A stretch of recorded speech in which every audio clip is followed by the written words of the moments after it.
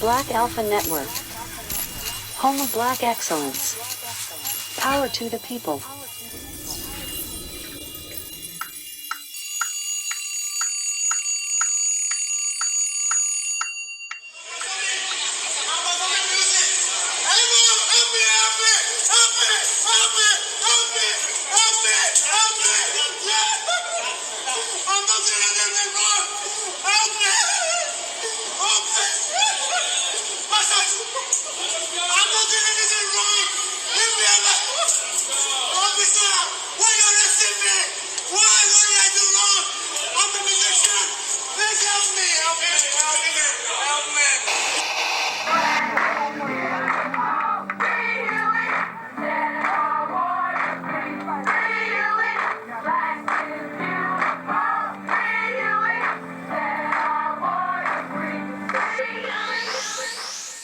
Hey, you want to hear what a Tether wake-up call sound like? Well, it sounded like that right there.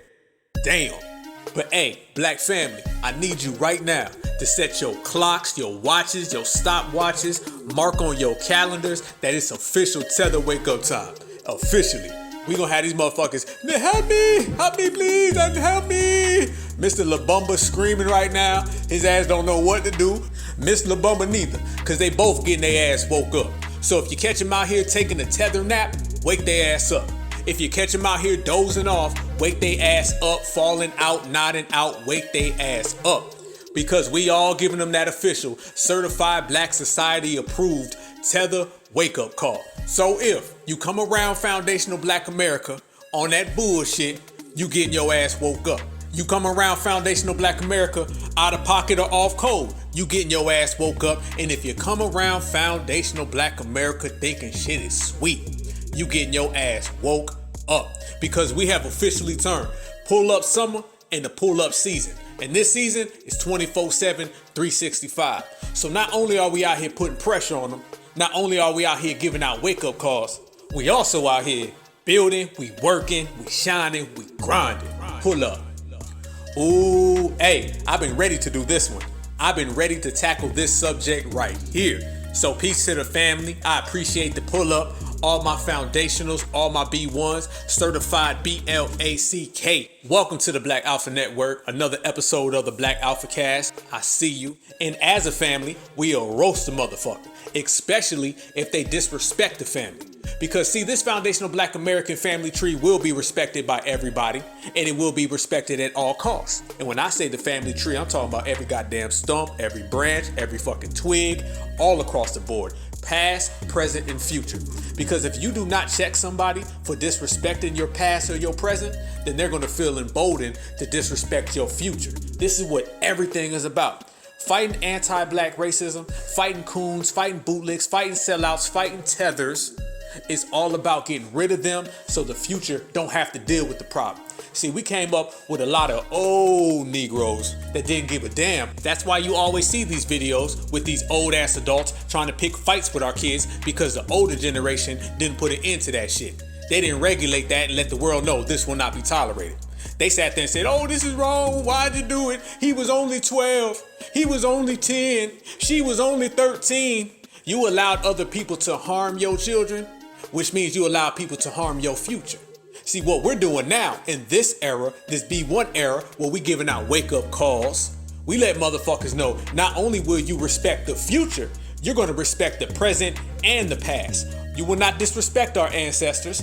Fuck no. You will not disrespect our children. Fuck no. And you will not disrespect us right here living, breathing today. And when that is all round up in the same space, you grab your goddamn phone and you start giving wake-up calls. So anybody who needs to get a wake-up call is getting their ass woke the fuck up. And that brings me to today. Let's talk about these tethers running around here disrespecting foundational Black American lineage, heritage, and culture. Them days is over. It's gone. And this is why you see him having these temper tantrums. This is why you see, help me, I don't know, help no, please, no, take your hands off me. That type of shit right there, that's just people having meltdowns because they can't deal with what's coming. See, it used to be fun and dandy. These motherfuckers was out here shinning and grinning. Y'all seen it, we all seen it. They was walking right into the foundational Black American household, not saying hi to nobody, not smiling. They was being rude as fuck. They wasn't even wiping their feet at the front door. Stepping on our carpet and everything. Walked right by your mama, bumped the fucking kids, went straight to our kitchen. Didn't even say hi to nobody in the living room. They walked past the lounge room. They went straight to the refrigerator, opened our refrigerator, pulled out our food, took all that shit and walked right back out the door and took it home with them. That's what they was doing. They was in complete mooch mode. Everything that we created, they was taking 70% of that shit. They was trying to get the whole 100. If it wasn't for us certifieds, trust me, they would have took every piece of food out the refrigerator. They'd have took the fucking ice trays. This is how low budget these motherfuckers was. Until today. Today we telling them, oh no, no. We delineating, we separating, we going over here, we drawing lines in the sand and letting people know FBA is our own culture, our own lineage. You don't like it, you ain't got to love it. If you don't love it, you ain't got to like it. But I tell you what, we gonna represent it. And I tell you what, you ain't coming in our goddamn house no more. Fuck no, you ain't going in our refrigerator. You better feed your goddamn self, Mr. Lumbumba. That's why you see him right now having these breakdowns and meltdowns. You can't have a piece of foundational Black American lineage anymore. You can't have a piece of foundational Black American heritage or culture. Because when we were friendly, when we were being civil, when we tried to extend an olive branch or shake your hand, you was being real out of pocket, wasn't you? You was being real off balance, wasn't you? You was trying to take what the fuck you can get and leave us out here with nothing. It don't work that way. They may not give a fuck. They may allow people to run around and say whatever the fuck they want to say and do whatever the fuck they want to do, hijack our culture, sabotage our culture, and make it theirs. This era right here ain't going for the bullshit. And if you look right now, all across the board, every single thing has been remodeled. Everything. I'm talking about all these fake groups, all these fake excuses, these alibis, Pan-Africanism, or should I say scam Africanism. All of that has changed. We done remodeled and recrafted the whole game. Foundational Black Americans are in control right now. We're not under the wing of anybody. Nobody's telling us, well, you know you got to be a part of that group. No one's telling us, you're divisive. I mean, you could tell us, but we don't give a fuck. Nah, we gonna continue to do what we do best. We gonna roast your ass, we gonna check your ass on site. And a lot of folks is getting caught on site out here. We're doing what a lot of folks haven't done in a long time. And that's allowing people to understand that there will be consequences and repercussions if you disrespect foundational Black Americans. We are setting examples and we are setting precedents. Like the Black Authority says, we are taking names. Understand that and believe it. And this is what I love the most about this era right here, is that you can run your mouth about us, but you're gonna have to see us. You can talk that shit about us, but you're gonna have to see us. You can say anything that you choose to say about foundational Black Americans, but eventually you're going to see a foundational Black American, and you're gonna have to stand on that. And that goes for all 50 states. There was a guy running his mouth about foundational Black Americans on the internet, running his mouth. I'm talking about just talking reckless. And there was some brothers out there that was going to personally go see this man. Yes, they was, personally. And they got this man removed from his job. Yeah, they'll try to say that he didn't get removed from his job or whatever. Trust me, his job heard about that shit and they pulled the plug on him. So good luck trying to find another job, because next time your new employer calls your old employer, they're going to say, yeah, that guy, that Tether troll, he said some bullshit and it went viral and the whole world knows about it. So go ahead and cancel him. He can't work here no more. And they're going to say, well, shit, if he can't work there, he can't work here. And eventually that motherfucker's going to go from working at Pace University to Pace's laundromat. Talked all that shit about FBA, but now he's got to make a living washing dirty FBA clothes. Oh yeah. He was served his coon karma. That shit done came around 360 on his head. Now he's in the Tether protection program. The next step is deportation. Hey, it's hard out here for a tether. It's hard in these streets. You don't want FBA on you. It's the wrong thing. And that's what happens when you fuck with FBA. We're getting real results. And it starts with giving wake-up calls. It starts with giving out wake-up calls. First thing you do is you mobilize, you galvanize, you let people know what it is and what it will not be, and then you start to implement that, and that's exactly what's happening right now. Trolls is stuck. Yeah, you cannot come around us trolling. We running folks out of these Twitter spaces. Everybody talks about these trolls who pop up. I haven't seen one certified Black Twitter space where a troll did not pop up. But at the same time, I've never seen a certified black Twitter space where trolls didn't get ran the fuck out. Same thing with these tethers. When these tethers come into our spaces and they start spewing out the same old tired ass excuses, the same old talking points, we know this shit before it comes and we run their asses right the fuck out. You can't penetrate this FBA shield. It's too strong, man. Way too strong. That's why you see everybody coming at us with these bad faith arguments, these bad faith actors. They're just saying everything opposite of what foundational black Americans say. That's because they don't have anything left. They don't have nothing. They've already tried to take what's ours. We wouldn't allow them. They already tried to cloak themselves in our culture. We won't allow them.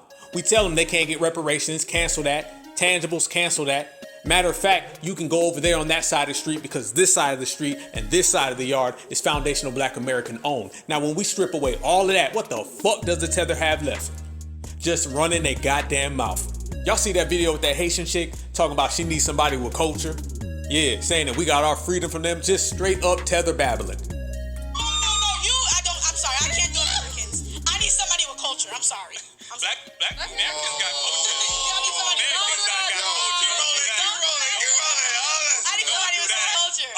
Americans don't have culture. I got culture. We got the culture. We are the culture. Who the culture? We are the culture. Globally, they know about black Americans. No, hold on. We not Globally, they know about black Americans. But you gotta remember 1804, baby. I'm the one that won American. We not gonna use the word American. Yeah, black Americans. I ain't gonna hold That's you. fine, but listen, 1804, I'm the reason why you have your independence. That's the part I hate about Haitians was the first people, though. free independent country. First black free That independent. ain't got nothing to do with. That don't got nothing to do with America. That's nice. I'm just letting you know the reason why y'all have your independence. Y'all coming over here because of us, because of the hard work that black Americans do. You know Haiti is like in debt for 1 trillion years because You know why? Because the French owe us how much? So y'all got your independence for what? What? Wait, when you say Haiti's the reason Americans got their independence, what do you mean by that? How they gonna cook me for that? What do you Learn mean by your that? history. Y'all gotta cut that We out. won. African Americans are free? I'm not saying that we set the revolution. The reason we were the first independent free country. Ain't nobody give a fuck about y'all, bro. Look at him pointing. Look at him pointing. Are you crazy? No, but by paying Britain, what? I'm talking about we set the thing. We the one that set it. 1804, we was the first free independent Caribbean country. I'm not gonna go in depth with Are you that, but crazy? y'all have. But what that got to do with America? We said it, and then y'all followed. Y'all said it for yourselves, not for We no said it, and then y'all followed. And we set the stage for y'all immigrants to come over here and profit off of America. Hey, she keep talking about 1804, right? She done watch goddamn Tariq movie. She's sitting there trying to give FBA a history lesson about Haiti, but she done watched a movie that was made by a foundational black American. This is what I'm talking about. They ain't got no shame. They will use your slang. They will use your culture. They will watch our movies and then try to throw that shit back at us. Man, I don't know what they do in their homeland, but where we from, right here on this side of the fence, FBA, our country, that is some clown shit. That is some clown sucker shit that gets zero respect. As a matter of fact, you get roasted talking shit like that. So when they get roasted and they get their fucking feelings hurt, you did that to your goddamn self. Your goddamn self. And you know what gets me? Is that they'll sit there and say we don't have a culture while they're speaking English and using FBA slang. Put that together. You know you low budget as hell when you sitting there trying to diss somebody speaking in their language using their slang. These motherfuckers ain't got no type of sense. I really question what's going on between their ears. Like, they're not the sharpest knife in the drawer. I mean that shit. Like, the lights are on, but ain't no fucking body home. That Tether household got every goddamn light on, but it's empty as fuck on the inside. They don't even have straw man arguments. They just say ignorant shit that makes no sense. And that's what happens when a motherfucker starts to tether babble. It's tether babble, it makes zero sense, and anytime they backed up against that wall, they just start coming out with a bunch of fucking words and not nail one of them words adds up. So nah, she don't know what she talking about. What she need to do is quit worrying about foundational black Americans and fix that fucked up tether wig she got on her head. Her goddamn wig hairline fucked up. Boy, Tether's got the most fucked up hairline. How your Tether wig got a receding hairline? You couldn't buy one with a good hairline? You bought one that recedes way the fuck back to your neck? God damn, fuck that up again. Typical Tether. That shit look like it's about 4 hours late to the party. And she got a botched ass makeup job. You better quit worrying about our goddamn culture and get like us. Sit your ass down with the rest of them. Cause that's all they got. That's all they got. When they run out of shit, they just start talking. They come around now and they say, you FBA, you're divisive. Oh, you FBA are xenophobic.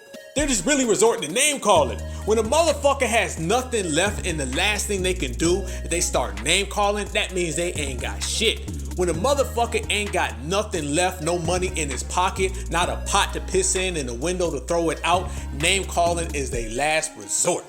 So what do I say to that? My response is for you to take all the name calling that they do as further proof that foundational black Americans got these tethers scared. Yes. Oh yeah. Every time they say we xenophobic, that just means they scared. Every time they say we're divisive, that just means they scared. Every time they say come home, brother, they just scared. Cause think about it. If they were still having full access to everything that we created, if they were still having full access to our reparations, to our tangibles, to our resources, if they had all that access from our culture, they wouldn't find time to call us divisive. They'd be too busy robbing us. How many times you seen a robber stop and call the person he's robbing a name? He don't do that. He just take the shit and go. They was taking it. They was walking in, going in the refrigerator and getting that shit and leaving. Now they're getting stopped at the fucking door and they say, I can't come in? Nope, hell no, this FBA. Well, you're divisive. Nah, you still can't come in. You're xenophobic. Nah, motherfucker, you still can't come in. And as a matter of fact, you're wasting my time, Tether. Have a good day and slam the door in their face. Now they sitting outside cold in the rain, pissed off and mad, wondering why they can't get away with what they've been getting away with for 60 years. It's because them old Negroes let you get away with it and certified black society put an end to it.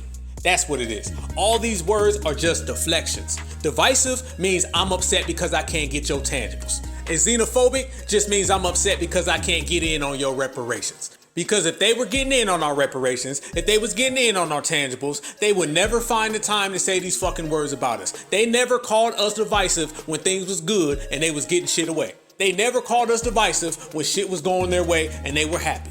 They never called us divisive when they could steal from foundational black Americans.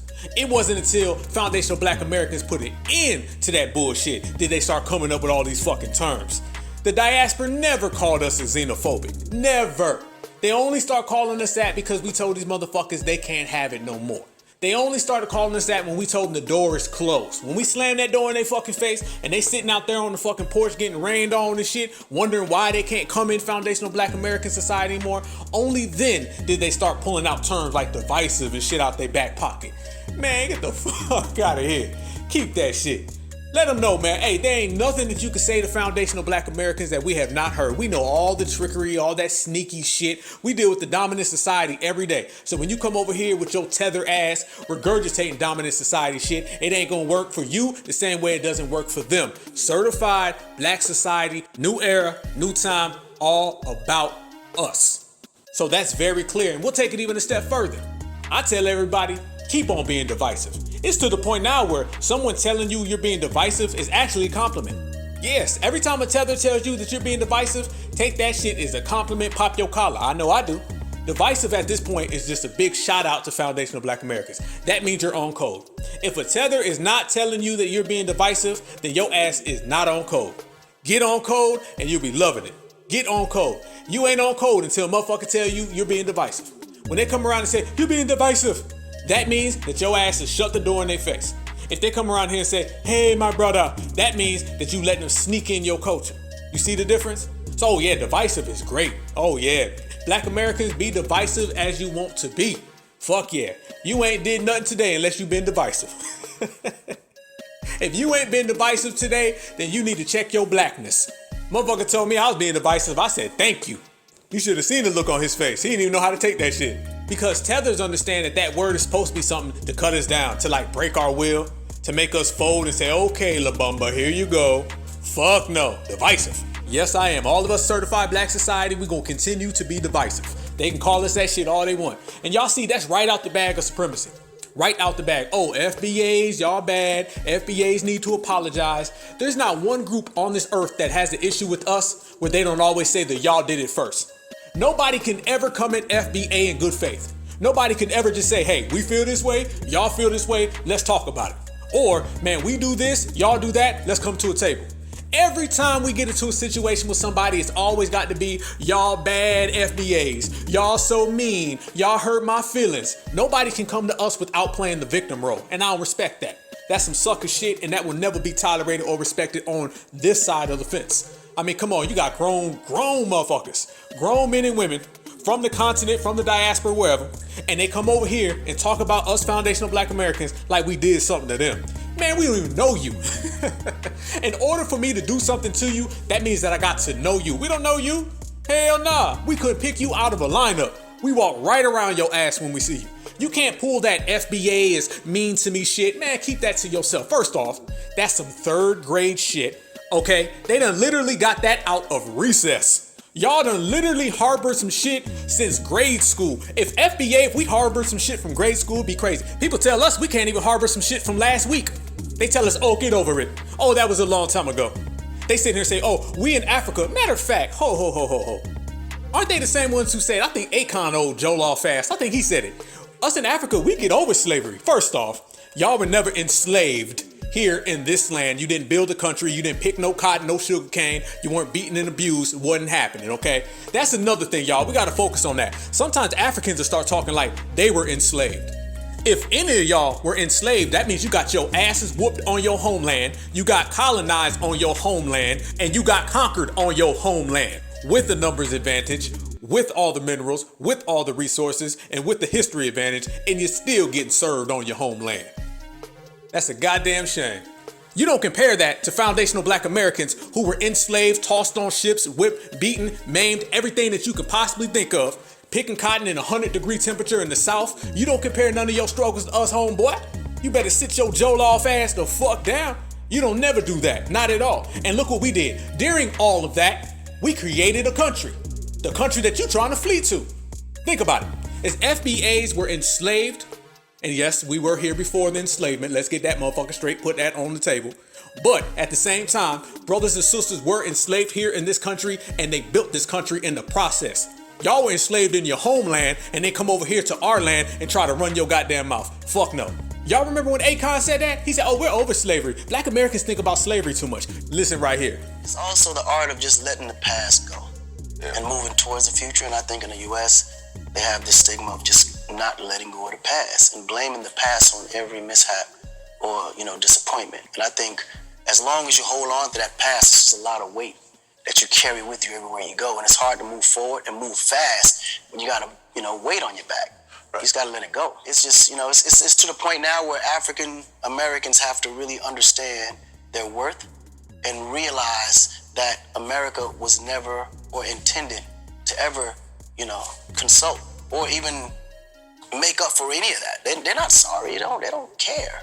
Yeah. It's obvious. So do you want to stay here and continue to be treated this way, or just go back home where you're now no longer the minority? You actually are the majority, and you control your destiny and your future and your land. Y'all got to be careful. You see what I'm talking about? Because they'll start trying to weasel themselves in. Look at why they're enslaved. You can't compare a motherfucker that was conquered, beaten, and whooped on his own land, and now he's waving another motherfucker's flag, to somebody who was enslaved right here in America and built the country. Them are two different people, two different times, two different mentalities. And that's what I'm talking about. A freedman and a fleer. And remember, while we were enslaved, we didn't build this country and then try to come over to your country to live. No, You got enslaved on your homeland and try to come back over here. Everything to them happened on their homeland. Let's get this straight. We created our homeland. Let's put this all on the table. We created our homeland. You guys were born on your homeland and still got your asses whooped. And Akon, shit, he's too busy right now having a Jolof festival. That motherfucker's literally having a Jolof festival. I ain't lying, they're throwing one. A Jolof festival. You see foundational black Americans, we don't want in on that shit. When we having our festivals, they want to get in on it. Say, can't we come? Can we come too? No. And when it comes to their festivals, we ain't even asking, because we ain't going to that shit. Hey, he's having this motherfucker's throwing a Jolof festival. Man, the Jolof jokes right they goddamn self. So Akon, go have a bowl of Jolof and sit your ass down. Can't compare the two of them. Nah, two different things, two different mind states. And going back to the whole African booty scratcher thing, you see what I'm talking about? You could G-check them here, and then you got to G-check them over there because there's so much shit to G-check. But we're going to do it all right here on the Black Alpha Network. Smash that like button, subscribe to the channel. One love, appreciate the pull-up. Now, when they talk about the African booty scratcher, they're sitting around here trying to harbor some shit from the third grade that you heard in recess. And then let's be real, you probably didn't ever hear that either.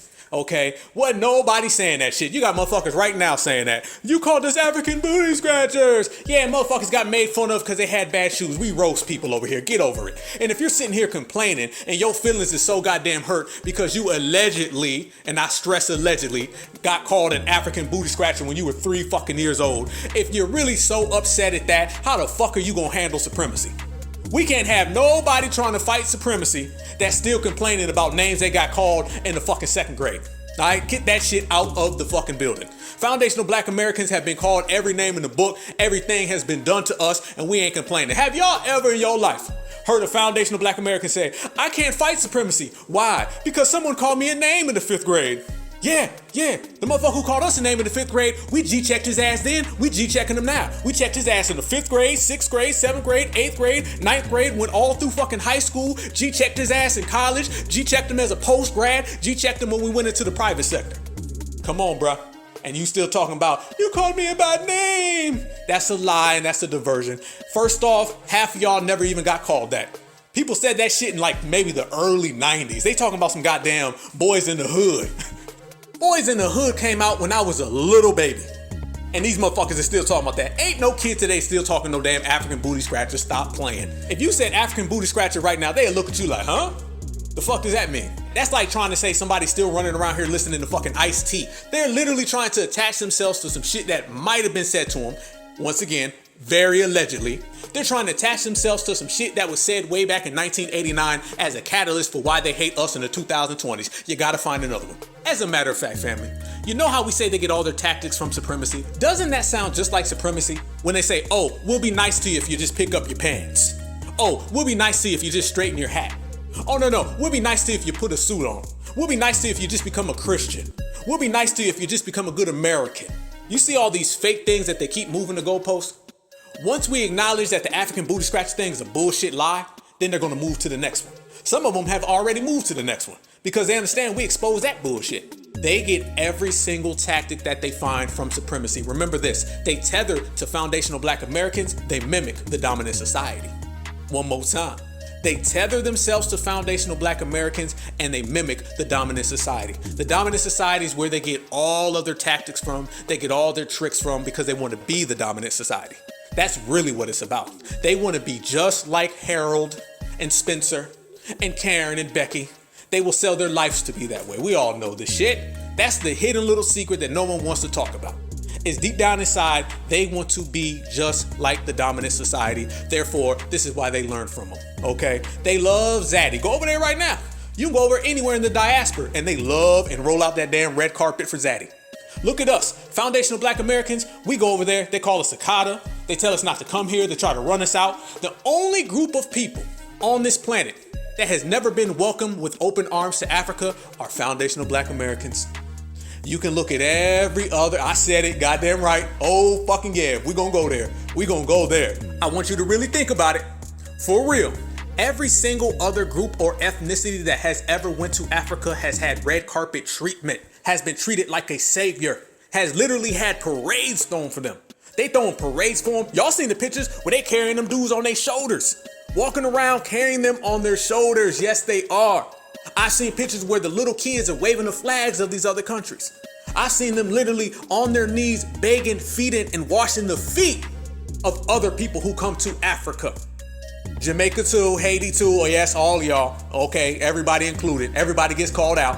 The only people that have never been welcomed with that type of response are foundational Black Americans. Y'all show me one picture where foundational Black Americans getting carried on his shoulders for going to Africa. Y'all show me one picture where they're throwing a parade for a foundational Black American. Y'all show me one picture where they're waving our flag and got our t-shirts on. And I'm talking about FBA flag. Now, I ain't talking about waving the flag of the dominant society. I'm talking about FBA. Y'all ever seen that? Now, it's funny. They'll try to co-opt that damn Juneteenth flag real quick, right? So when it comes to the Juneteenth flag, they want a part of that. But when it comes to the FBA flag, they don't ever wave that. They don't ever say we stand in solidarity with them. They're quick to pick up the Chinese flag, waving it. I've seen the pictures. It's right there. Google it. The cameras is rolling. I've seen them wave Arabic flags. I've seen it. Check out the pictures. Google it. Cameras is rolling.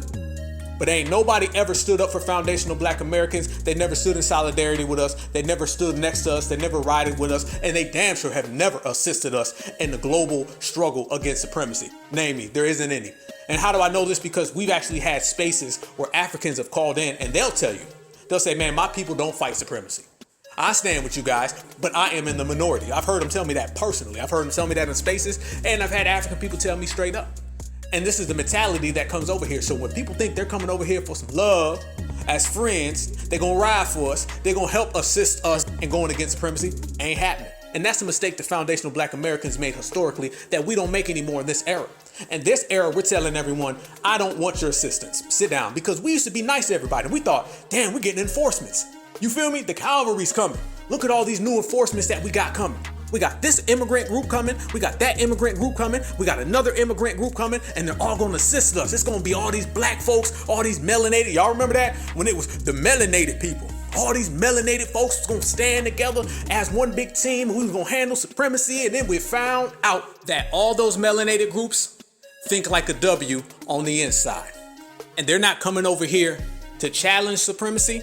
They're coming over here to assimilate to supremacy. They're not coming over here to be friends with foundational black Americans. They're coming over here to replace foundational black Americans. They're not coming over here to acknowledge our ancestors. They're coming here to mooch off our ancestors. And I mean that for every single one of these groups. Let nobody tell you different. Let nobody try to tell you some spin version of it. The average person who comes here is a tether who latches themselves on to foundational black American culture, society, resources, tangibles. That's why they all went in on our reparations. Do y'all really understand what type of shameless, spineless person it takes to try to get in on the pain and suffering from somebody else? Once again, a freedman, we don't think like that. We think down the middle, down the center, everything fair. We don't look at other people's cultures and say, oh, we want in on that. We don't say, oh, that's your history, can I have some? We don't say, oh, your people built that. No, my people built that. We don't do that shit. That's how a freedman thinks. Once again, this is the difference between a freedman and a fleer. When you built your own things, then you represent your own things. When you fled or you ran or you've hidden or you're hiding, then you want what someone else created. That's what we call a tether. That's what we call a moocher. They come over here knowing goddamn well their people did not build this country, and they still say they did. They come over here and know goddamn well they didn't create our culture, and they still say they did. They come over here and know goddamn well that they want to assimilate with supremacy, but they say they don't. This is what you call a tether, and tethers are getting that goddamn wake-up call because it was very, very comfortable for tethers when we were being friendly, when we were being nice, when we were trying to accept all these melanated groups, when we were very welcoming, when we were trying to let everyone know, hey, we all on the same team. And unfortunately, people found out the hard way. There's only one team, and that's foundational black Americans. All right? The only team is our team. Everyone else can do whatever the fuck they choose to do because we're going to do what we choose to do. And that door, that foundational black American door is slammed shut, deadbolt, locked. You can't come in. You can't. Matter of fact, don't even get my fucking yard. Don't even come in my yard because it's been proven that every time you come to my yard, you're coming with that bullshit. We're all friends, brother. Take your reparations and run. We're all family, black and brown. Take our tangibles and run. We all technically people of color. Take our resources and hit the door. You know what it is. You know what it is. There's a reparations robbery going on right now. How you sitting in on somebody else's reparations panel? Talking about, let's just make it for all black people. First off, they only acknowledge racism when they can get in on our reparations. Remember that. They're trying to make reparations about racism. But the same people who say that now are the same people who've never acknowledged racism. They went the whole time saying, there ain't no racism. Racism ain't even that bad. Y'all FBA just complaining. Now all of a sudden they say, oh, racism's bad, it's terrible, it's so bad that we should all get the money. The only time they want to acknowledge supremacy is when they can get our reparations checked. You'd be surprised what money makes somebody do. Like I always say, it used to be, y'all not black, y'all caucus. As soon as you start talking about reparations, then it's, come home, brother. We all black now. I know I said that we're not all black yesterday, but today we're all black. Because I can get in on your reparations money. The fuck out of here.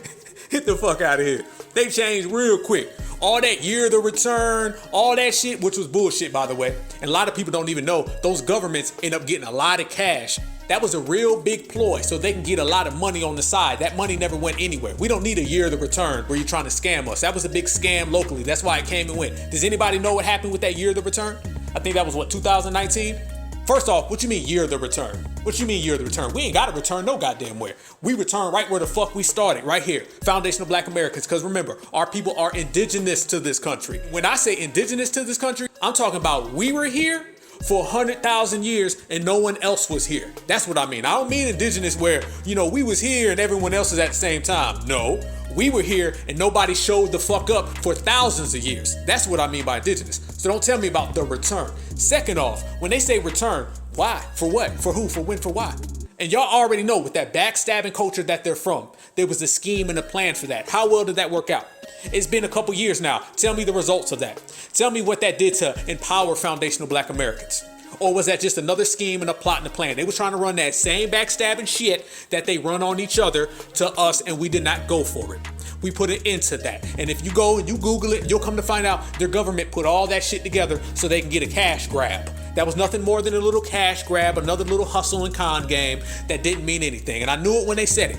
Ain't no goddamn year of the return. Fuck that. First off, we ain't returning. Second off, I know that backstabbing shit you trying to pull. So, with that said, if you look at it today, when they're running around here right now trying to promote flat blackness, because that's what they're doing. They're trying to promote being victims of supremacy, two things they never did. Y'all remember the old thing they used to always try to run? Y'all remember when people used to say, we the only ones who call ourselves black? If you go to Africa, they won't say they black. He'll say he's Nigerian. He'll say he's Congolese. He'll say he's Kenyan. Y'all remember that? Yeah, they would never say that. They would only identify with their tribe or with their country. A few years ago, they told us, you can't be black, you gotta represent your nation. Now when we start saying we're representing our nation, they say, no, you gotta be black again. They love flat blackness. A Tether loves flat blackness because it allows him the opportunity to get in on what foundational Black Americans created. Tethers used to hate supremacy. They never brought up supremacy. Never in their lives. They were the same ones driving them goddamn busted taxis, telling Black Americans, I don't know why you don't work hard. You don't work hard enough.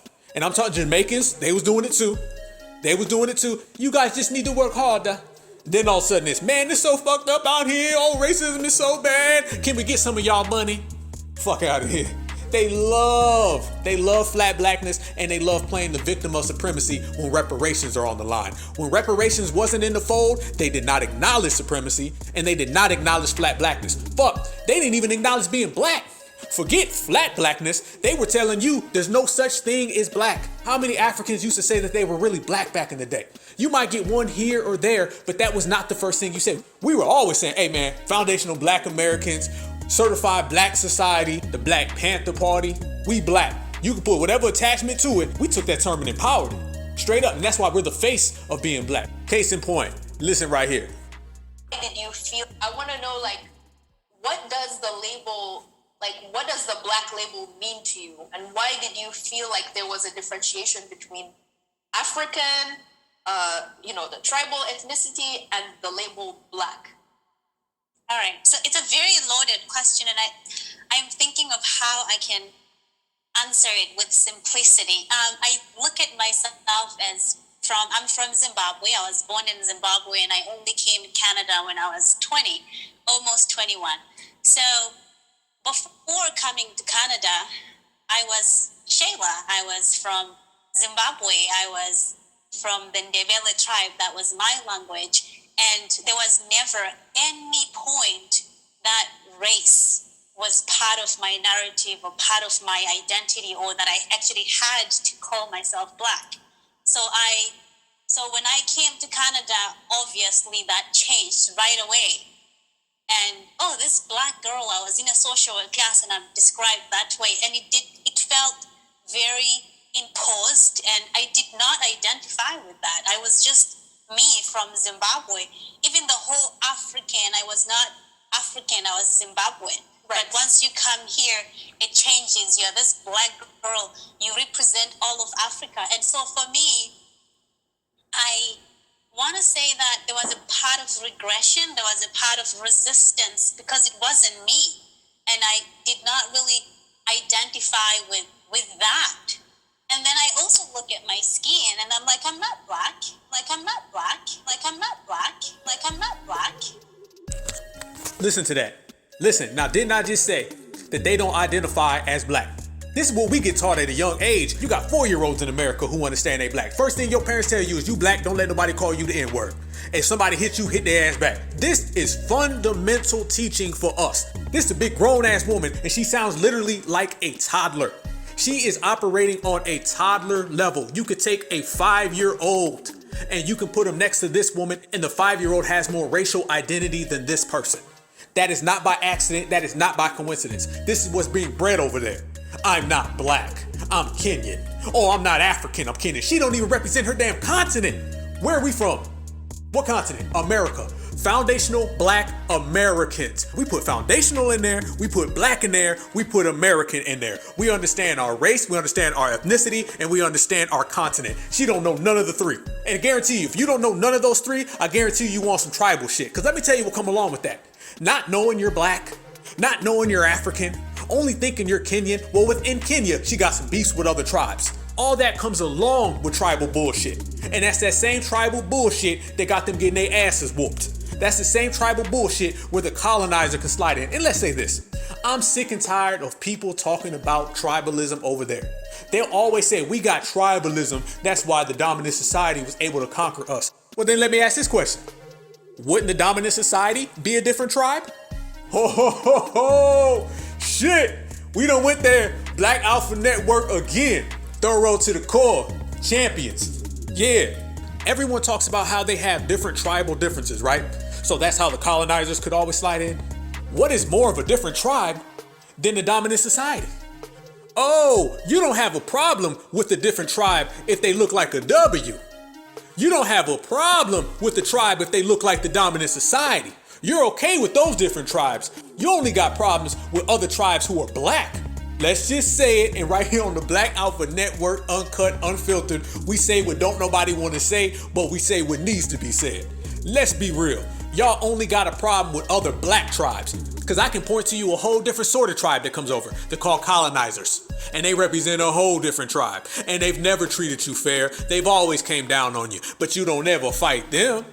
You always sitting there fighting a tribe across the street when another one comes in from across the ocean and you're rolling out the red carpet, putting them on piggyback rides like we had a goddamn circus. Get out of here with that shit. You can't make it up. You cannot make it up, man. And you see how they talk in circles and all that. So as we sit here and we say these things, FBA got receipts.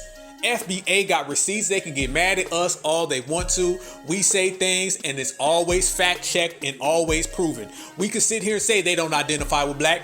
They say they don't identify with black. We can say they don't identify with Africa. They say they don't identify with Africa. These people have the most tribal, backstabbing culture that you're gonna find, and this is why FBA can't work with them, can't deal with them, not at all. Just ain't working. I mean, we've tried it. You had black folks back in the 1960s and 70s on all that Pan-Africanism. Pan-Africanism is mythological. Pan-Africanism is Disneyland. People say, is Pan-Africanism done? I say Pan-Africanism never existed. As a matter of fact, let me say that again. Pan-Africanism did exist.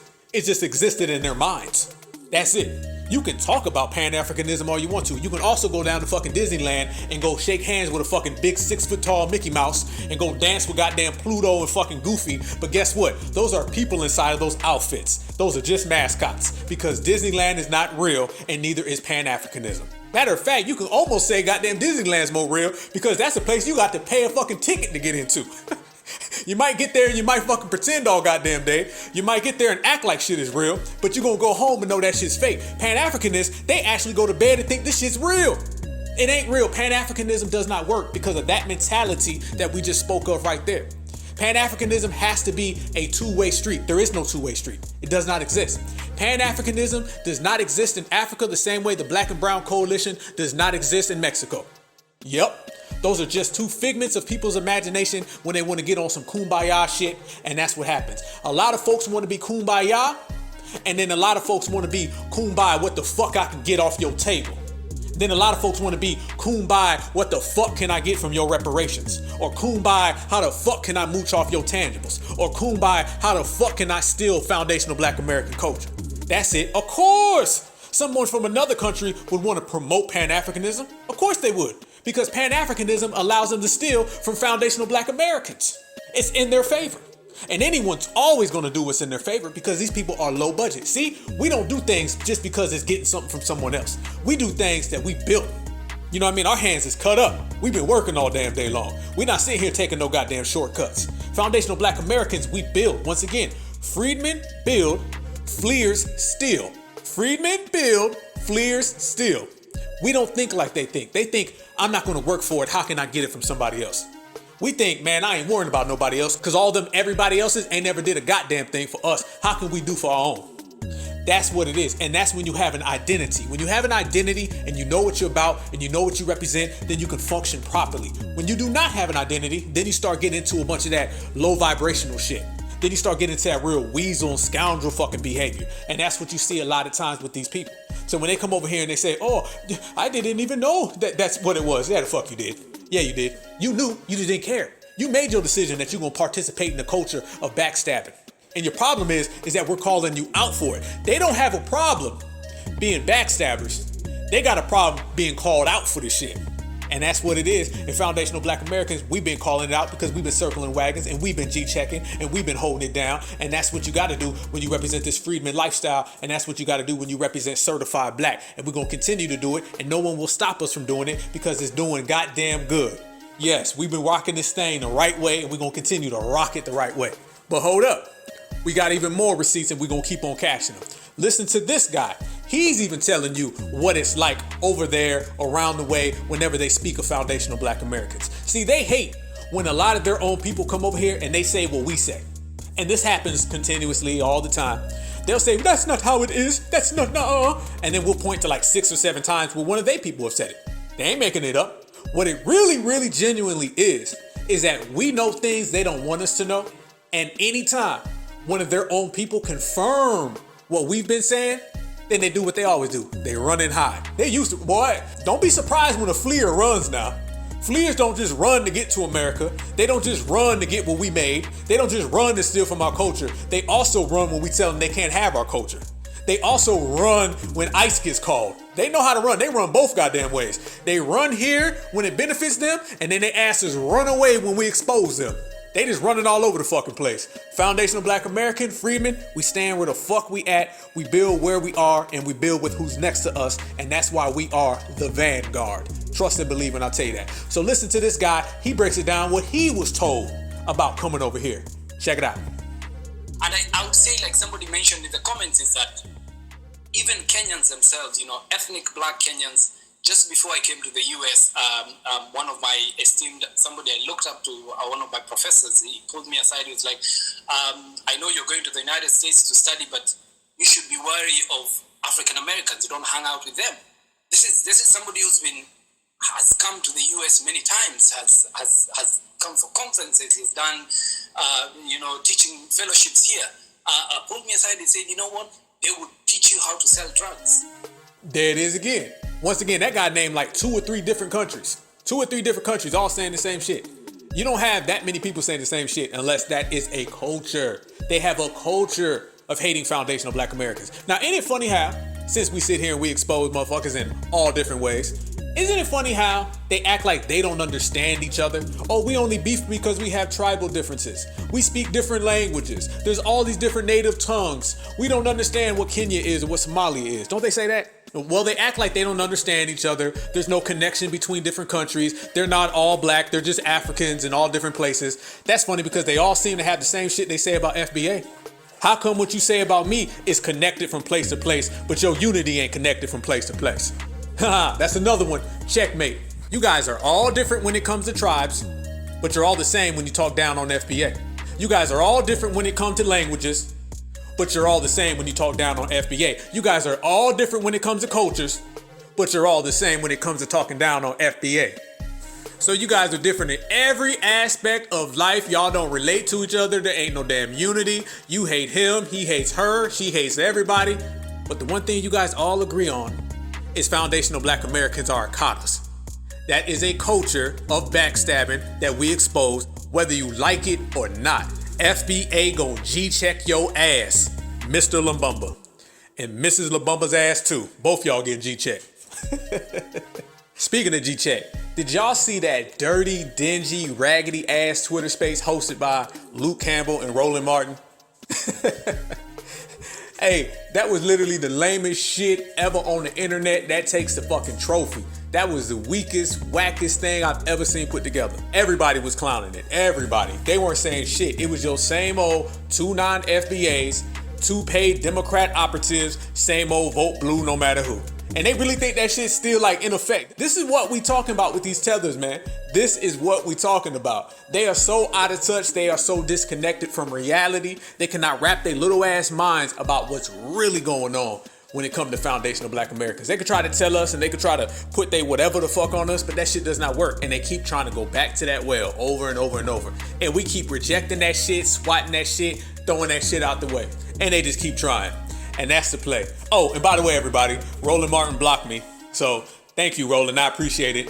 Thank you very much. You took your tether time to come on down to block me. In between all them goddamn snacks you inhaling, you found time to block me, man. So I appreciate that. Being blocked by a tether is the same thing as being called divisive. It is a badge of honor, and I wear that motherfucker bright. Thank you very much, Snack Panther. Now, back to Luke Campbell. Y'all remember when Luke was coming out and he was trying to act like he was grassroots? Talking about, what have the Democrats done for us? What have the Democrats said? What have the Democrats provided?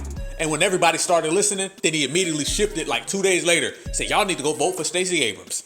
How can you be that on and that off at the same time? You cannot be. What that really is that you were double talking.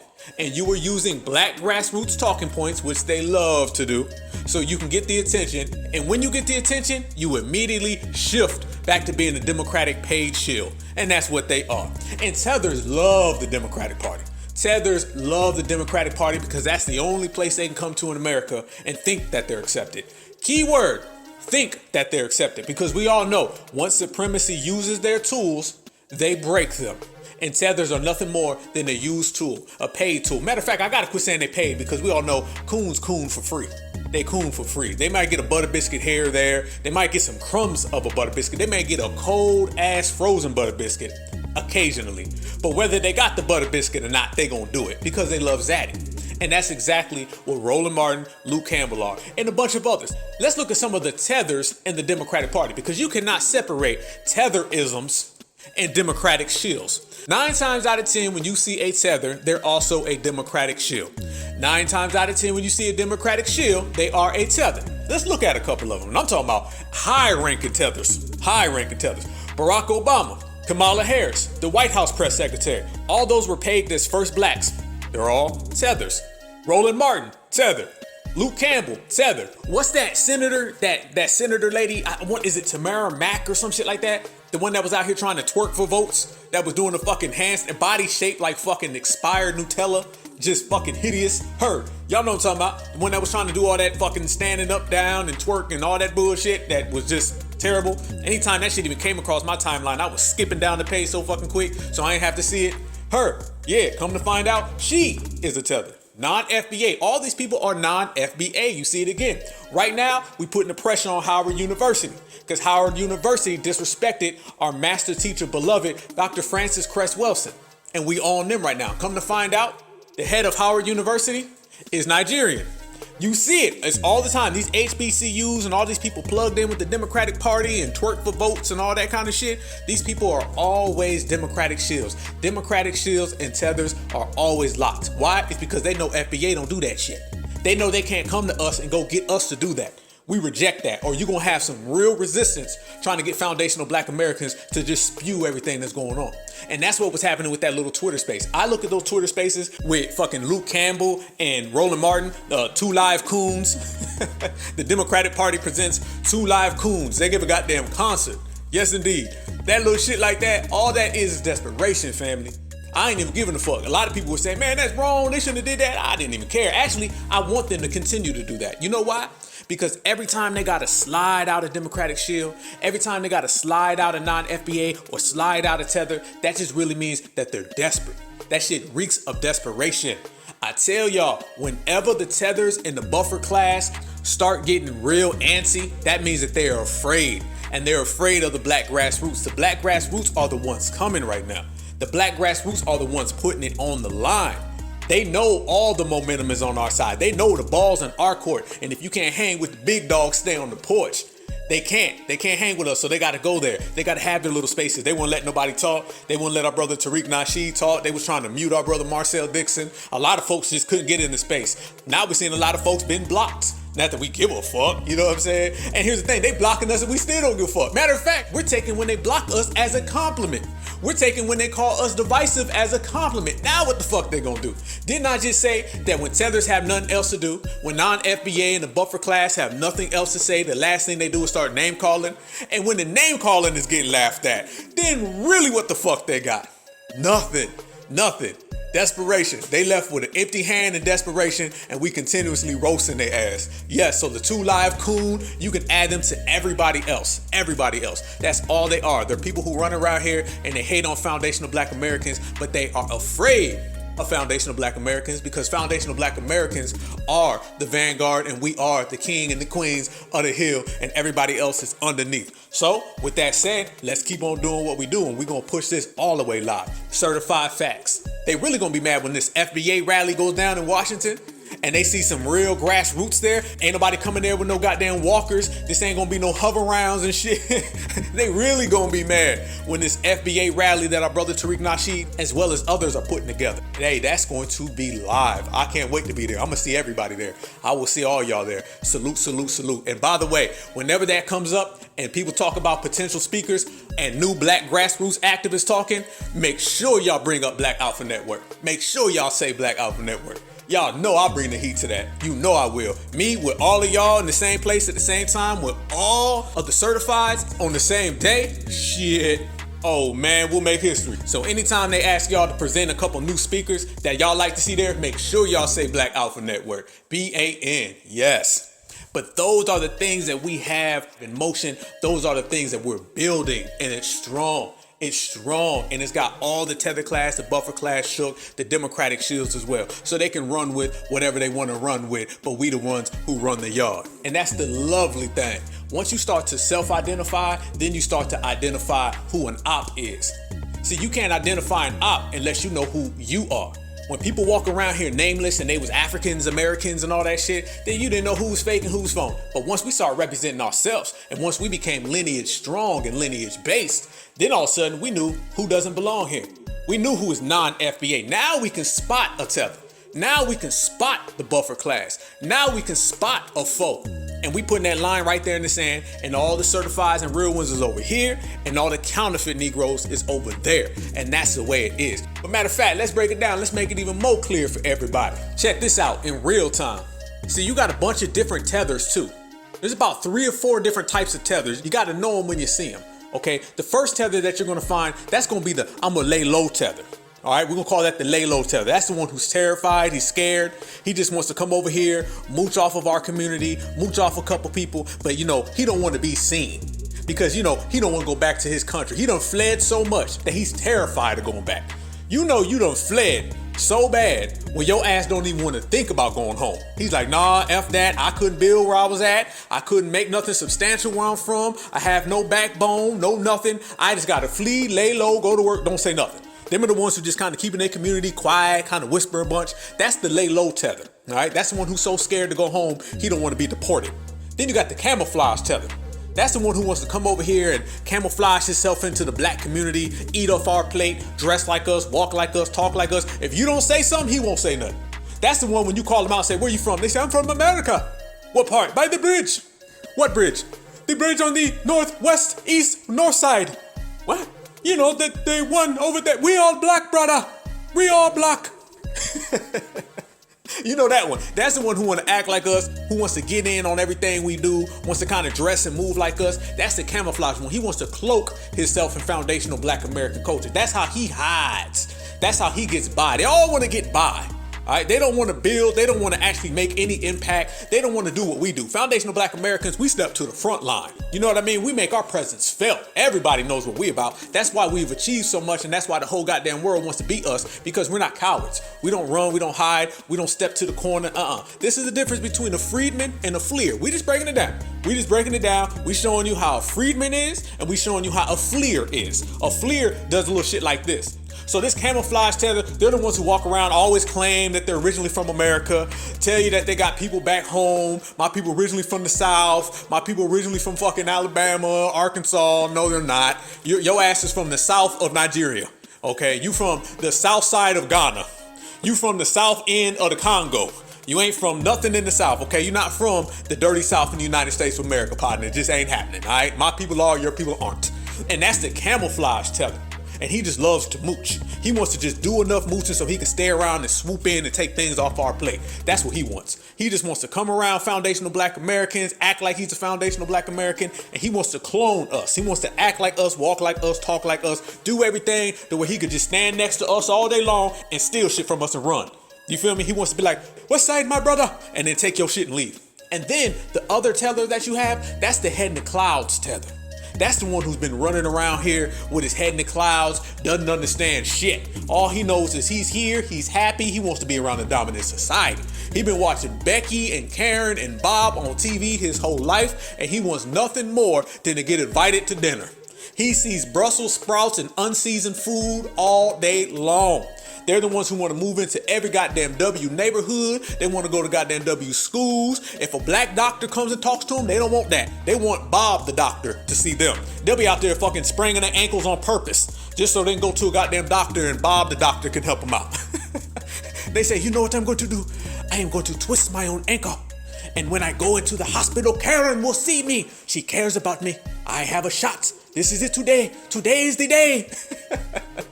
That's the head in the clouds tether. That's the one who's running around here all day long and he thinks he's accepted. He thinks, "I am not black. I am just dark white. They love me here. I am going to get me a Karen." That's them, I'm telling you. That's the head in the clouds tether. Think they're going to come over here and do all types of reckless shit. All types of funny style shit. And they think they get away with it. They have no perception of race. No perception of race. Only thing they think is that they're a good darky and then the W's gonna fuck with them. And that's it. They want to come over here and they want to speed. They want to sell things. They want to set up shop. And the W's ain't going for that. And then they get encountered with supremacy. And that's when they get that pop. Tether wake up call. You feel me? That tether wake up call. You could say it's a tether slap in the face, but they gonna get it. That's what happened to old buddy in the beginning. That's what happened. He thought he was gonna come over here and he thought he was gonna live this luxurious life because they think we're the problem. See, when you think foundational black Americans are the problem and we're the root of supremacy, you don't understand that supremacy is against black people. Black people globally. They think it's just FBA. They're the ones over here saying, "There's no white supremacy here. The only problem is black Americans are lazy." See, they don't think it's nothing to do with black people. They don't think it has anything to do with being a black person on this earth. They think it's just us. They think the dominant society loves them. They think the dominant society cares about them. That's their friends. They don't think racism exists. They don't think supremacy exists. They think it's all just on us. So the fact that they think it's on us, that makes them walk around like they all good. They think everything is fine. They think they just gonna strut around and do things as they please, and then they come across supremacy and they're like, "What? I thought it was just the black America." Then they be trying to point at us. I didn't do. That's why they say this. Y'all seen it. Anytime one of these tethers gets confronted with supremacy or they get checked by supremacy, first thing they start saying is, "I thought it was the black Americans you had a problem with. I did not do this." You see it from every tether. I don't give a damn where you're from. Whenever they get confronted with supremacy, the first thing they do is they start trying to blame foundational black Americans. "Why are you coming after me? I thought it was the black man in my country. We say it's the FBAs who do this." See, they thought it was supremacy's good. It's just them damn FBAs are the problem. If them FBAs didn't start all the issues, everything would be sweet. And then they found out, nah, motherfucker, your ass is targeted. And as soon as that happens, they throw a goddamn hissy fit. That's what happened to old buddy in the beginning. You heard him, "Help me!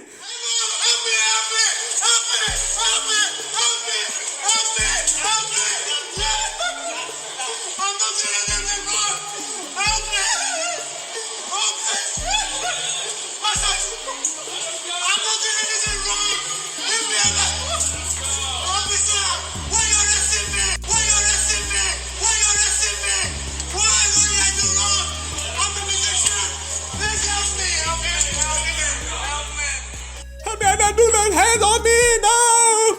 There was a little more. He had that "I'm about to get deported" cry. That's a whole different kind of cry. There was a little more to that. He know he got to go back to his goddamn village. They gonna be mad at his ass. They gonna say, "What you doing here?"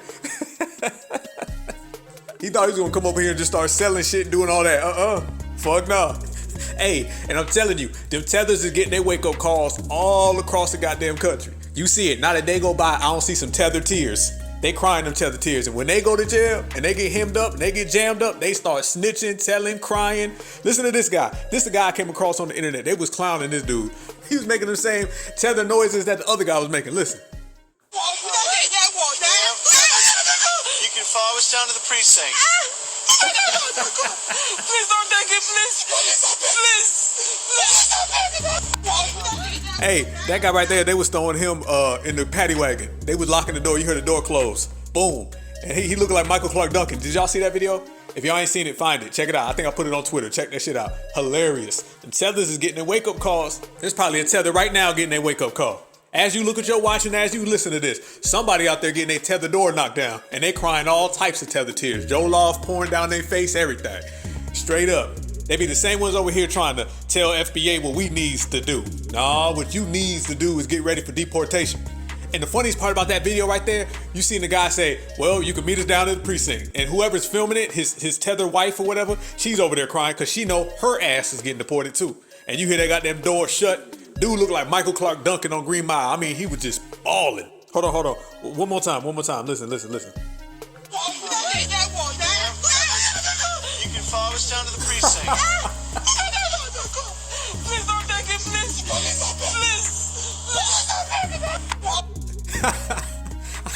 I told y'all, them deportation tears is a whole different type of tears. You could tell that motherfucker was having a rude awakening he couldn't fathom.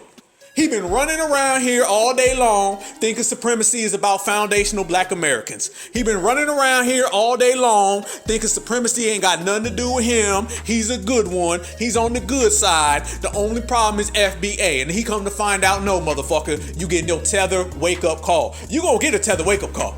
Oh yeah, that's why I'm laughing. I'm sorry. His ass was screaming. Hey, he was screaming. That motherfucker was hurt. He was hurt. That wasn't just somebody getting arrested. That's a motherfucker coming to grips with, you ain't sweet like you thought you was. You ain't safe like you thinking.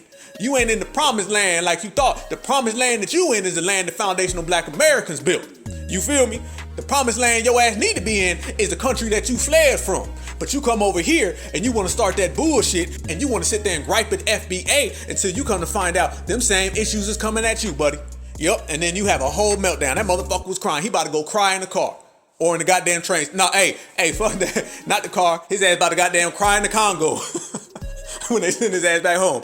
He about to cry in the Congo. Straight up. Hey, you done found that shit out, huh? You done hopped on the motherfucking plane, came over here, thinking your ass was in. You thought you was a mascot of supremacy, and you come to find out your ass just another tether. And all tethers get their wake-up call. Either we gonna give your ass a wake-up call, or the dominant society gonna give your ass a wake-up call. But you should've listened.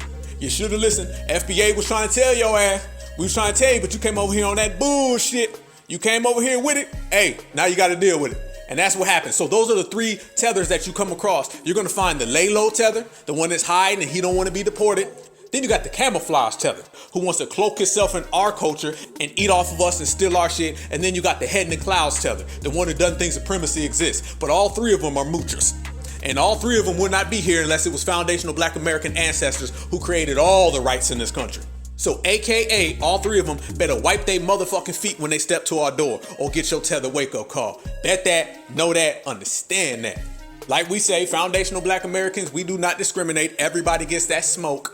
So if you out of line, you gonna get that smoke. It don't matter where you are, don't matter your area code or your location. If you maintain spite for foundational black Americans, you gonna catch it. You can be in the diaspora, you can be in South America, you could be over in Europe. Speaking of that, matter of fact, there's this guy, I heard him right here. This is some tether dude. He's in the UK with a broke-ass, dusty UK accent. Straight up, and he talking about FBA. He's in there talking about some goddamn, basically, Americans. He don't even know what he's talking about. Once again, his do-rag got a receding hairline, and it's way too tight. His eyes is bulging the fuck out. And he's sitting there hating on FBA. Listen to this guy. African Americans really do not embrace their culture, and it is very, very worrying. African Americans really do not embrace their culture, and it is very, very worrying. How can I ask you where you're from and you tell me the state? How can I ask you where you're from and you tell me the state? You don't even know what ethnicity you are. You don't even know what country you originally come from. That is mad to me. Hey, that's the response that motherfucker get. Hey, and if you seen him, if y'all seen the video, that shit is even more funny. This what we doing, man. Hey, they try to talk that shit on us and we still laughing at their ass. Still laughing. basically, you need to shut the fuck up and sit your tether ass down and fix your fucking hairline. They go to hairline again. He said African Americans. Who the fuck is that? He can't even get his names right. This motherfucker came out the gate fucked up. I told you. A lot of these tethers, man, the motherfucking lights is on, but ain't nobody home. He can't even get his words correct. He's over there saying foundational black Americans ain't got no culture while he wearing a do-rag. You don't rock no do-rags over there. You better go get some fish and chips and go to goddamn Broken Buck and Ham Palace. That's where the fuck you better go, tether man. You see what I'm talking about? One person says we don't have no culture, but they using FBA slang. One person says we don't have no culture, but they got a do-rag on. They don't know what the fuck to do, man. They don't know shit. At this point, Tethers is doing it to their goddamn self. All we gotta do is just sit back and watch. They fucking their own self up. We ain't gotta roast them because they roasting themselves. We ain't gotta run them off the block. They ran themselves off the block. We ain't gotta throw them on the corner because they put themselves on the corner. And y'all see the common denominator? How can the tether from the UK, a tether from Kenya, a tether from Somalia, a tether from Haiti, how can they all say the same thing about foundational black Americans? They all say that we don't have a culture. You know what it really is? Is that we have a culture, one, that they wish they had. Two, is that they have a culture of hating on our culture. That's the only thing that's going on here. You don't have these people from all over the world sharing hatred for us unless they some damn haters. One more time. You don't have all of these tethers, all these buffers from all over the goddamn world and all these different continents. They don't have nothing in common by their own admission. Oh, we get took over because we're so different. Okay, y'all so different. Then how come y'all so the same when it come to hating FBA? Yeah, sucker shit. Sit your ass down. FBA, we run this yard. Know that. Hey, it's good being the vanguard. Damn right it is. I said it. It's damn good. FBA today, FBA tomorrow, FBA forever. Soon as foundational black Americans got on code, everybody around the world looked and said, how can we get in on it? Then they said, I got an idea.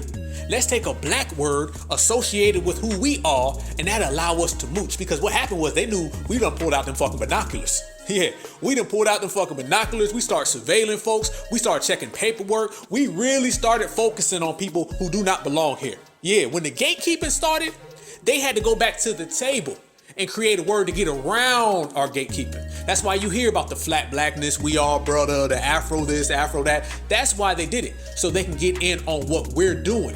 Did y'all see that video in NYC where a bunch of girls was just wrecking shit at a restaurant, jumping over the fucking counter, start twerking on the counter? I don't know what the fuck twerking got to do with vandalism, but anyway, they start throwing shit and wrecking shit.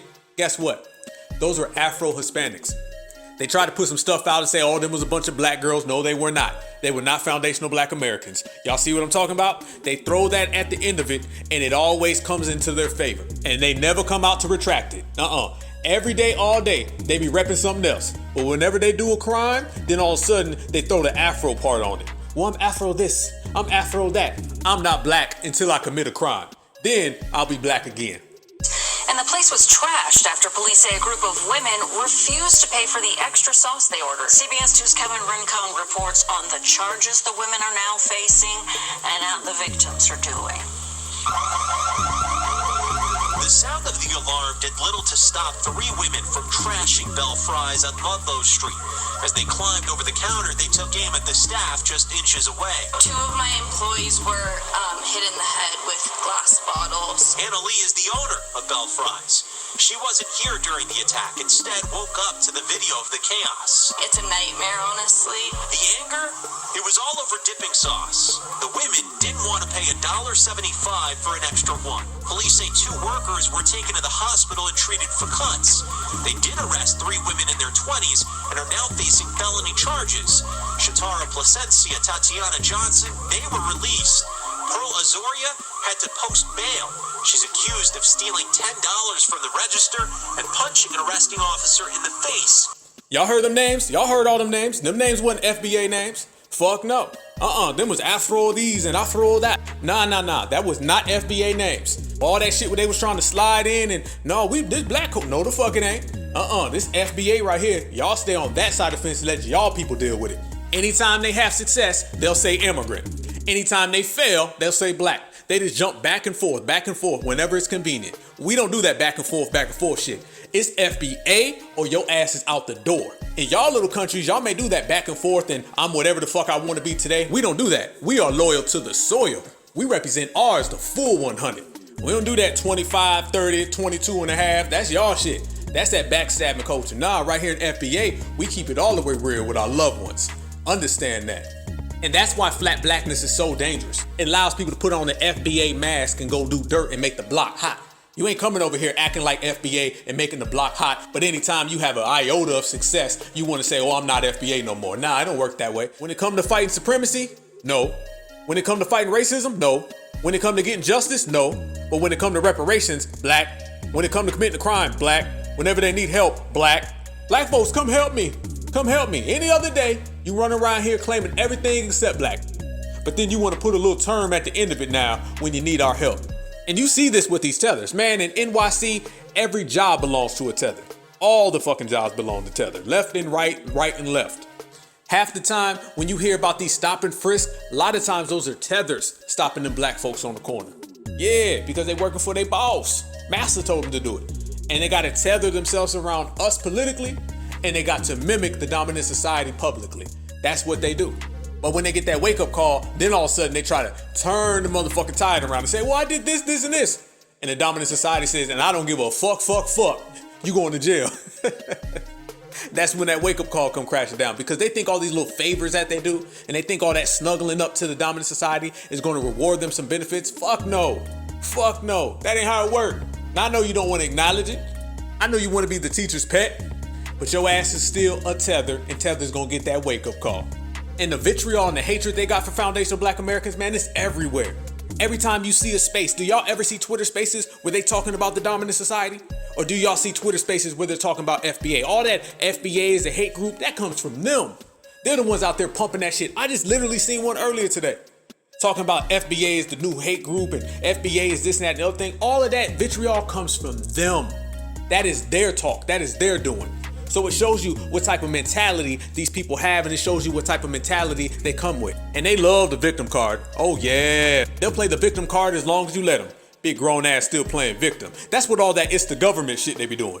Y'all know when Tariq be clowning them, it's the truth, because they always blame somebody else. It's got to be the government. It's got to be somebody other than their own doing, their own backstabbing culture. That's it. That's what they do. I mean, what have they admitted to?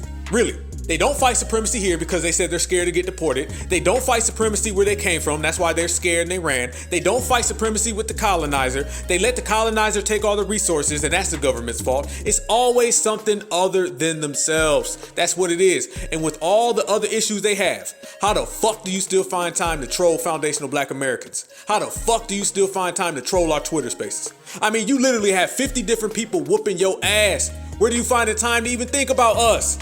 You getting your ass whooped on your homeland. You getting your ass whooped in your fled land. You getting your ass whooped on the land that you fled to. I mean, damn. Why are you worried about us, Lumumba? Worry about your goddamn self. You wouldn't have to flee.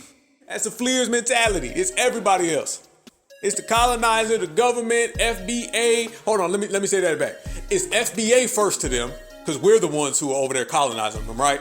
You let them tell it, we the ones over there colonizing them, we the ones doing all this wrongdoing. And then it's the government, then it's the FBA, yeah. At the end of the day, you got a backstabbing culture. All they are squatters.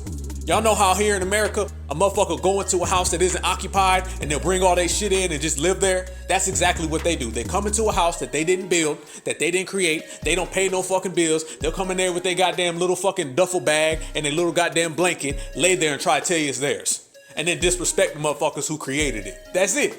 It's squatter. They want squatter rights. They want tether squatter rights. And when we call them out on it, they get upset and call us divisive. We ain't divisive. First off, how can I be divisive with somebody I was never connected with? Yeah. There was never no connection to be divisive. So you can take that divisive shit and you can run that out of town, partner, because we was never on any type of connection. So you're going to have to go into your FLIR bag of tricks and come up with some more FLIR language so you can try to run a FLIR con game. But that shit does not work on Freedmen because we do not play them games. This is why we are lineage based, lineage strong. Lineage pride, that cancels out all that tether shit. And this is why tethers are having tether temper tantrums. Yes, tether temper tantrums. That's why they're having them, is because we have become lineage based. Soon as we started representing our lineage, tethers start getting upset. Soon as we got rid of African Americans and start saying foundational black Americans, tethers got upset because we blew their cover. We blew their cover and now they don't know what the fuck to do. And it's gonna stay that way because we gonna stay our way. That's certified. When we start circling our wagons and saying, who are you? Oh, that's non-FBA. Who are you? Fucked up hairline. Where you from? When we start saying, where your people originate from? When we started doing that, everybody got shook, they got scared. That's what you call the tether wake-up call. And when them Tethers alarm clocks started binging and buzzing, and they asses woke up in the middle of the night, and they said, damn, them FBAs are on code, and them FBAs are not allowing us to get away with mooching, them FBAs are not allowing us to eat off their plate anymore, how we gonna feed ourselves? And that's the first thing that they're thinking. They're thinking, how can they feed themselves? They know goddamn well they've been feeding themselves off the plate that foundational Black Americans have prepared. And now they're coming to our table and saying, y'all not gonna feed us anymore? We say, fuck no. And you already know that they don't have it in them to feed themselves, because if that was the case, they would have never fled where they from. Don't be surprised when somebody wants to eat off your plate. Of course he wants to eat off your plate because he's got a history of never being able to make his own. If he could have made his own plate, he'd have did it at home. Y'all know the person who always shows up around dinner time? Always, it'd be 9 o'clock, 8 o'clock, whenever you eat, and the goddamn doorbell rings, and they always, hey man, what your mom make for dinner? Hey man, y'all cooking anything in there? Y'all know when we throw the barbecue and the person that never comes around, but all of a sudden you see them trotting up the block as soon as you got the barbecue going? It's like they smelt the goddamn food way the fuck down. They say, damn, they over there barbecuing, let me show up. Y'all know the person who don't even show their face until they come in there trying to get a plate. And that's exactly what these Tethers are. They're the motherfuckers who show up with a paper plate, a plastic spoon, and a plastic fork every time you throw a barbecue. Because they can't prepare it for their goddamn self. They fled their nation because they can't get food. They don't know how to build. We know how to build. We know how to make ours. They gave us lemons, we made lemonade. They don't know how to do that. You give them motherfuckers lemons, they jumping over the fence trying to get in our yard to see what we eating. Can I get a plate? What y'all making over there? Can I get a couple of those, please? Can I, just one, please? That's all the fuck they are. And they'll come up with a bunch of fake ass terms to allow them to do it. POC, that's a fake term to allow them to eat off our plate. Minority, fake term to allow them to eat off our plate. Biop, or whatever the fuck they're coming up with. Those are fake terms to allow them to eat off our plate. If it wasn't about eating off our plate, them words wouldn't even exist. Y'all know damn well, if foundational Black Americans weren't on code, you wouldn't even hear them terms. The more we get on code, the more they try to put those terms in circulation. Problem being is the more we get on code, the more we cancel them fucking terms. When was the last time you even heard somebody try to say POC? POC doesn't even work anymore. That term is slowly going away, and you can thank yourselves, ladies and gentlemen. That is a product of foundational Black American gatekeeping. When you start saying minorities, foundational Black Americans just cut you off. We just get up and walk the fuck out the room. When you start saying, what, as a person of color, fuck that, get out of here. Same thing with African American, which was the original eat off of FBA plate term that they came up with. Basically, when we say flat blackness today, they had to start using flat blackness because they couldn't use African American anymore. African American, that term is gone. Gone anytime somebody says that. Y'all know what I'm talking about. How many times y'all heard somebody speak or they call into space and they'll be like, as an African American, and we all, what? Flags up. Every Black person will look at their ass side-eye as fuck, like, who? Who the fuck is African American? And then they look like, oh shit, I'm caught. Yeah, goddamn right you caught. All those terms, African American, POC, minority, those terms are just like having a fake ID.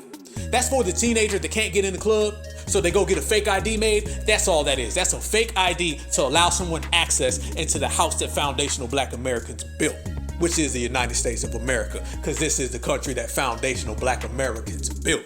And we broadcasting live from it right now. Make sure y'all smash that like button, bang them notifications, and subscribe. Right here to the Black Alpha Network, man. I salute y'all, every one of you. Big deal. But as we're saying, those terms are like having a fake ID. We would check them at the door and they pull out that fake ID. Are you over 21? Yeah, look, 22. Oh, you come on in. Yeah, but now we done said, not fake ID. We done called that shit. Back in the day, they used to whip out that fake ID and all the bouncers would let their ass walk by. Now we like, nah, fake ID, get your ass out of here. You can't come in the club. You can't come inside. You can't do it. Can't do it. As a matter of fact, you getting your ass ran out the club if you come around here. So they can take all those terms and they can get rid of them because we understand what you're doing. We understand that foundational Black Americans are the only people in this country with any revolutionary soul. We're the only survivors. We're the only perseverers in this country. So you want to line yourself next to us so you can get everything we create because you cannot do it for yourself. And that's why we call these people fleers. That's exactly what they are. They are fleers. Fleers run, hide, duck, dodge, stay the fuck out of sight. We build, we build, we build. We work, we work, we work, we get it all the way in. And we have a history of this. Our great-great-grandparents have passed this down. There's no coincidence that foundational Black Americans come from a lineage of putting in this type of work, and we're still doing it today. We all have stories from our grandparents about them working. Bricklayers, dock workers, factory workers, horse trainers. I'm from a history of horse trainers. My family was horse trainers right out there in Kentucky. Yes, indeed. Going out to Kentucky. That's where my people were. Yes, indeed. My grandfather was a horse trainer, and he got up every single morning and he drove hours to go train these people's horses. And he did it in the 1950s and the 1960s and caught hell for it. But guess what? He came home every single day and he put food on the table for my grandmother, my mother, all my aunties and uncles. That's what we have. And you guys have the same exact stories. I know you have because I've heard them. I've heard them. We don't have a history of passing down a bunch of bullshit to our people. We are freedmen. We work for every goddamn thing that we've ever got in this fucking country. Foundational Black Americans are the realest people on this earth. You want to see thorough? You're looking at them. You want to see authentic? You're looking at them. Our lineage is unfuckwittable. Nobody has the stories we have. If you sit down with any foundational Black American, they could be young or they can be old. They're going to tell you stories about how they have put in work to provide for their people. They're going to tell you about how they've put in work to provide for their families. We all have heard them. We heard about what they're doing in the 30s, in the 40s. We heard what they're doing in the 50s, in the 60s, in the 70s, in the 80s. Walking miles to go to work. Coming home, the wife sitting here putting in work, holding down the whole goddamn house. No handouts, no hand-me-downs. Only thing we've handed down to each other is hard work and dedication. The struggle is real, and we embrace the struggle. Huey Newton said it best. He said, suffering is good for the soul. That's why we're strong. Only the strong survive. Fleers don't. So if you're going to be a fleer who couldn't do none of the shit I just named back in your homeland, don't you ever come over here and fix your lips and talk about foundational Black Americans. And you damn sure better not come over here and try to get in on what we create. Because what we created is for us, by us. You can't touch it. Get your ass up off the fucking block while you're at it. That's how we do it. And this is what we got to do in this era right now. And this is why I'm so proud of everybody in this era. All of my brothers, sisters, kings, queens, the goddess, and the gods, as always. And I love all of y'all. Every second of every day, we make the world go round. Foundationals. But peace, family. I appreciate the pull up. Y'all make sure you smash that like button before you ride out. Please subscribe to the channel, Black Alpha Network. We building, we working, we shining, we grinding. I appreciate all of y'all. This is a family. You know how we do over here. We keep everything amongst ourselves. We keep it in our circle, the winner circle. We stay at our table, the boss's table, and we just make boss moves. It's all about getting money, as well as being laser focused on the task at hand and taking care of each other. So I want you guys to do exactly that. Stay laser focused and take care of each other. Any certified that's standing next to you, that's the team. Any real one that's on your side, hold them down. We're making a real push for everything that we've said. We've never had more momentum than we have right now, and it's growing every hour. You can feel it. When you can feel it, we can all feel it. This is one time that where we can say we feel the change and it's real. It's not some kumbaya fake shit that they trying to do to just keep us submissive. This ain't no first black, no token, no symbolism. No, this is tangible. The symbolism era is gone. The tangible era has stepped in the building, and we're all a part of it. Not just being a part of it, we're the ones in the center. We're the ones making it move. And when I say we, I'm talking about all of us, everybody out there, all of my certifieds, all of my foundationals, all of my B1s. That collective right there is the collective that's got everybody shook. That collective right there is what's got these tethers having wake-up calls, what's got these tethers waking up in cold sweats. It's got the Democratic shields shook. It's got this whole country shook to the core. And I love it. That means we on code, and when you on code, you winning, and we are all winning. Bet that. Hey, and for all the tethers out there, I got a message from Foundational Black America. Don't watch us, watch Deportation. Yes, bet that. But once again, everybody, y'all stay real, stay safe, stay vigilant. I'm going to catch you all on the other side. Appreciate y'all for pulling up. Hey, check out the next spaces. I love talking to y'all. I love interacting. We're going to take this thing and keep on going. Black Alpha Network, you know how we do. Thorough, uncut, unfiltered, but real. Yes, indeed. Y'all stay easy and remember one thing. Black is beautiful, and beautiful is always black.